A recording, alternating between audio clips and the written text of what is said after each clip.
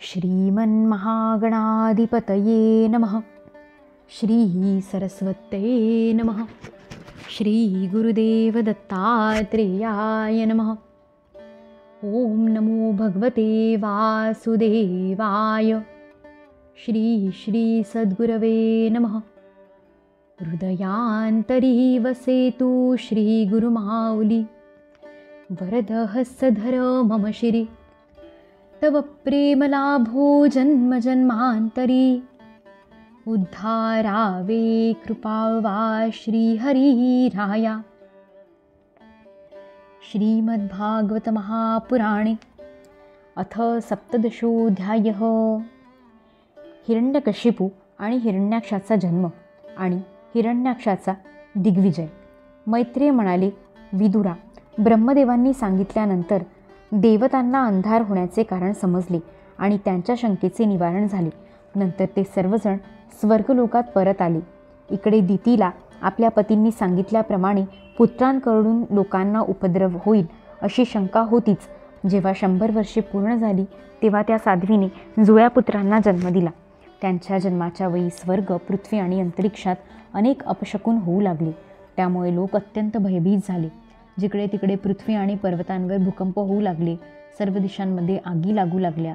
उल्कापात होऊ लागले. विजा पडू लागल्या आणि या आकाशात अनिष्ट सूचक धूमकेतू दिसू लागले.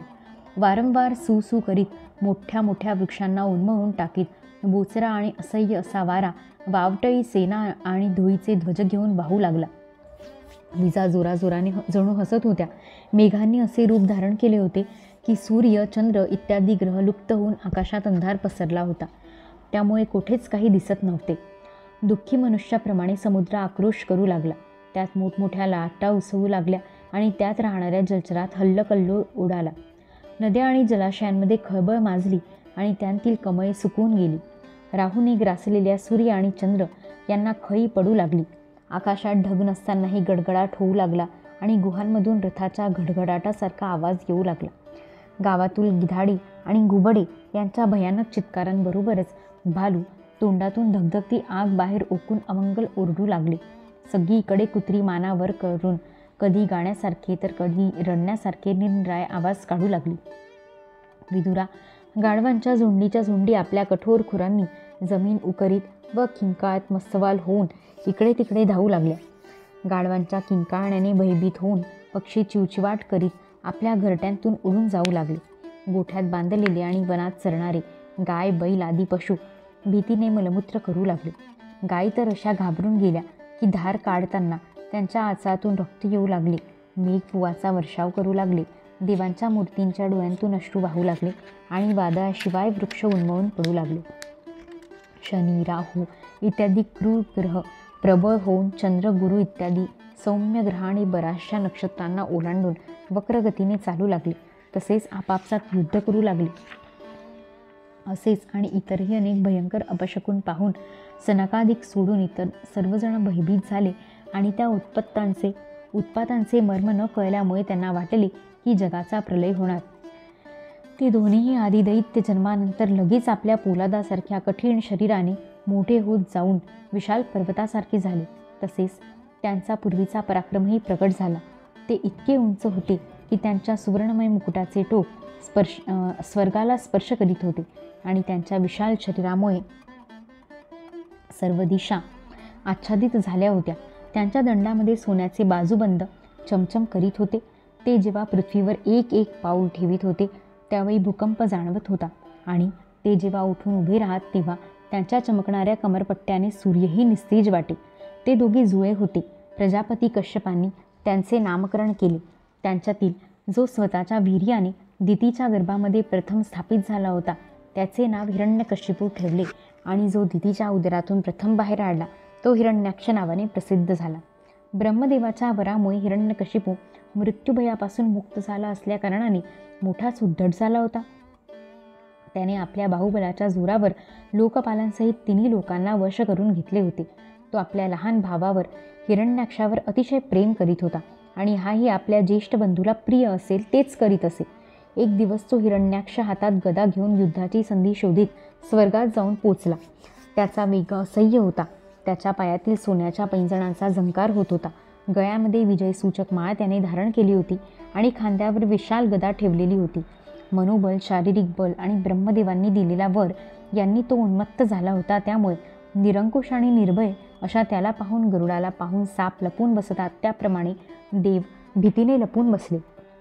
दैत्यराज हिरण्याक्षाने जेव्हा असे पाहिले की आपल्या तेजामुळे गर्विष्ठ इंद्रादी देवही लपून बसले आहेत, तेव्हा ते न दिसल्याने तो भयंकर गर्जना करू लागला. नंतर तो महाबली दैत्य तेथून परत फिरला आणि जलक्रीडा करण्यासाठी एखाद्या उन्मत्त हत्तीप्रमाणे खोल व गरजणाऱ्या समुद्रात घुसला. त्याने समुद्रात पाय ठेवला त्याच वेळी भीतीने वरुणाचे सैनिक जलचर हबकून गेले आणि त्याने त्यांची छेड न काढताही त्याच्या धाकाने घाबरून ते खूप दूर पळून गेले. महाबली हिरण्याक्ष पुष्कळ वर्षेपर्यंत समुद्रात फिरत आणि वारंवार वायुवेगाने उडणाऱ्या प्रचंड लाटांवर आपल्या पोलादी गदेचे तडाखे देत होता. हे विदुरा, अशा प्रकारे फिरत फिरत वरुणाची राजधानी असलेल्या विभावरीपुरीत तो जाऊन पोचला. तेथे पाताळ लोकांचे स्वामी, जलचरांचे अधिपती वरुणराजांना पाहून त्याने त्यांची खिल्ली उडविली आणि एखाद्या सामान्य माणसाप्रमाणे प्रणाम करून थोडेसे हसून छद्मीपणाने तो म्हणाला, महाराज, मला युद्धाची भिक्षा घाला. प्रभो, आपण तर लोकपाल, राजा आणि मोठे कीर्तिमान आहात. जे लोक स्वतःला मोठे वीर समजत त्यांच्या सामर्थ्याचा आपण चक्काचूर केला आणि पूर्वी आपल्या जगामध्ये सर्व दैत्य दानवांना जिंकून राजसूय यज्ञसुद्धा केला होता. त्या मदोन्मत्त शत्रूने याप्रमाणे उपहास केल्याने भगवान वरुणांना अतिशय क्रोध तर आलाच, परंतु आपल्या विवेकाने तो घेऊन त्याऐवजी ते त्याला म्हणाले, बंधो, आम्हाला आता युद्ध करण्याची इच्छाच राहिली नाही. जो तुझ्यासारख्या रणकुशल वीराला युद्धामध्ये संतुष्ट करील असा आम्हाला भगवान पुराणपुरुषाशिवाय दुसरा कोणीही दिसत नाही. दैत्यराज, तू त्यांच्याकडे जा, ते तुझी इच्छा नक्की पूर्ण करतील. तुझ्यासारखे वीर त्यांचेच गुणगान करीत असतात.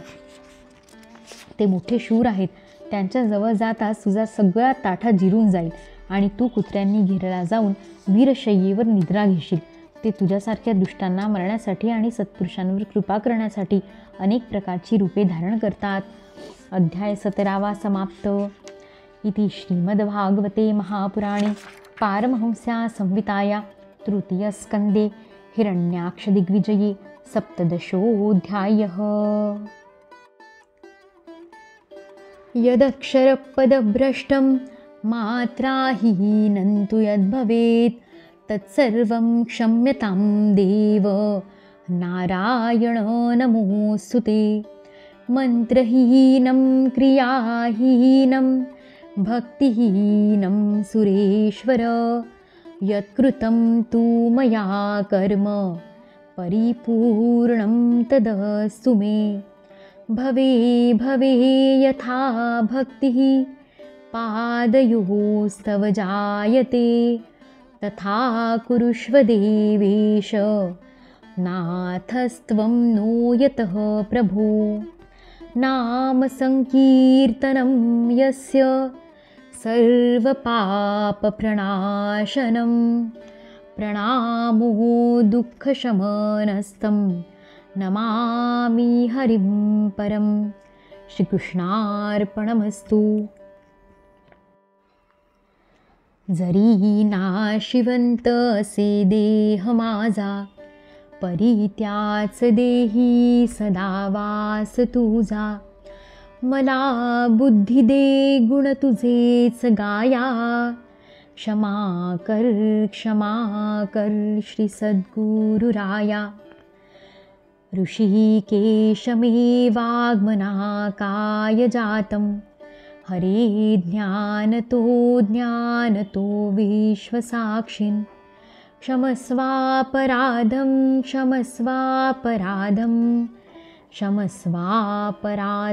प्रभो क्लिन्न श्री सद्गुरु चरणारविन्दार्पणमस्तु.